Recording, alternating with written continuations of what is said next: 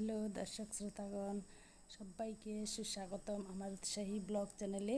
তো আমি আজকে আপনাদের উদ্দেশ্যে যারা যারা সেলাই শিখতে উৎসাহী আর যারা যারা সেলাই করতে ভালোবাসেন আর কি, তাদের উদ্দেশ্যে এই ভিডিওটা বানাচ্ছি। তো আমি আজকে কুশি কাটা দিয়ে যেটা বানিয়েছি, অনেক দিন আগে বানিয়েছি এটা। তো এটা আজকে দেখাচ্ছি কীভাবে বানাতে হয়, মানে বলে দিচ্ছি আর কি। আজকে আর প্র্যাকটিক্যালি দেখাচ্ছি না।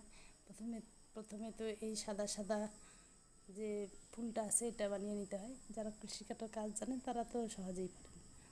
তারপরে এইগুলো পরে আমরা এগুলো জোড়া লাগিয়ে লাগিয়ে দেওয়া হয় সবগুলোই। এই একটা ফুল হয়, এভাবে এভাবে পুরোটাই তৈরি হয়। এটা হচ্ছে কুশি কাটার সেলাই। এরপরে দেখাচ্ছি উল কাটা দিয়ে বানানো। এটা হচ্ছে উল কাটার সেলাই।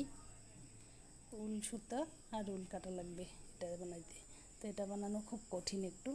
এটা একসাথে 3টা সুতা নিতে হয়। এটা নীল, তারপরে এটা কী রং, গোলাপি। এটা 3টে সুতা ঘোরাতে হয়, আবার এখানে একটু ঘোরাতে হয়। এটা খুব কঠিন আর কি। তো এটা সহজেই যারা উলের কাজ করেন, যেমন সোয়েটার বানায় অনেকে, তো তারা তাড়াতাড়ি পারে আর কি।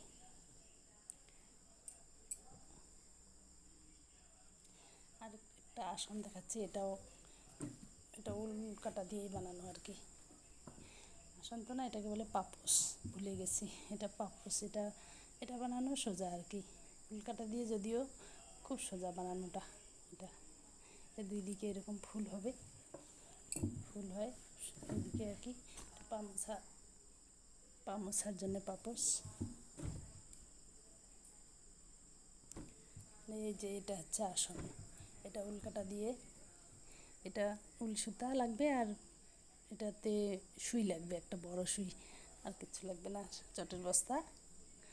আর এটা যারা সেলাই জানেন একটু একটু, তারা তো জানেন এগুলো সব মিলে নিজে কাপড় বর্ডারটা দিয়ে পূরণ করতে হয়।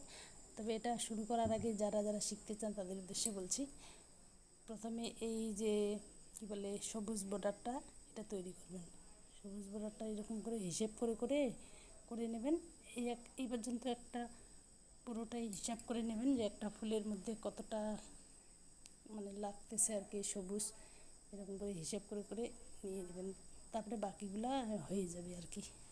ভিতরে এগুলো পরে ভরাট করে নেবেন। এইভাবেই বানানো হয় আর কি।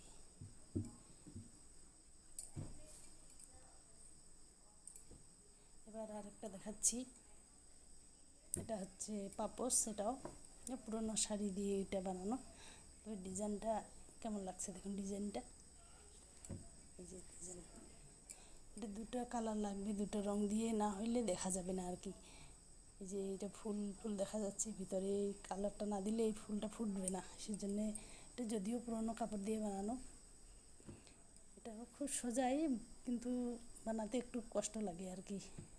আর হিসেব করে করে করতে হয়, তো এটা হিসেব ছাড়া বেহিসেব করলে ফুলগুলো ফুটবে না। 2 দিকেই সেম, 2 দিকে একটু কম দেখা যাচ্ছে, এদিকে একটু বেশি সুন্দর।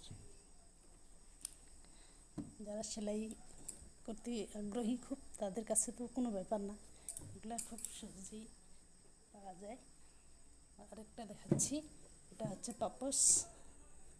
এটা পুরোনো কাপড় দিয়ে, এই ছেলে মেয়েগুলার অনেক সময় জামা কাপড়গুলো ছিঁড়ে যায়, পরিয়ে থাকে, এগুলো তো আর পরে না। আর এগুলো কী করবো, কী কাজে লাগাবো, তো তখন বসে বসে এই যে সেলাইগুলোই পাপোশ বানিয়ে নিই আর কি। তো আপনারা যারা পাপোশ, আরে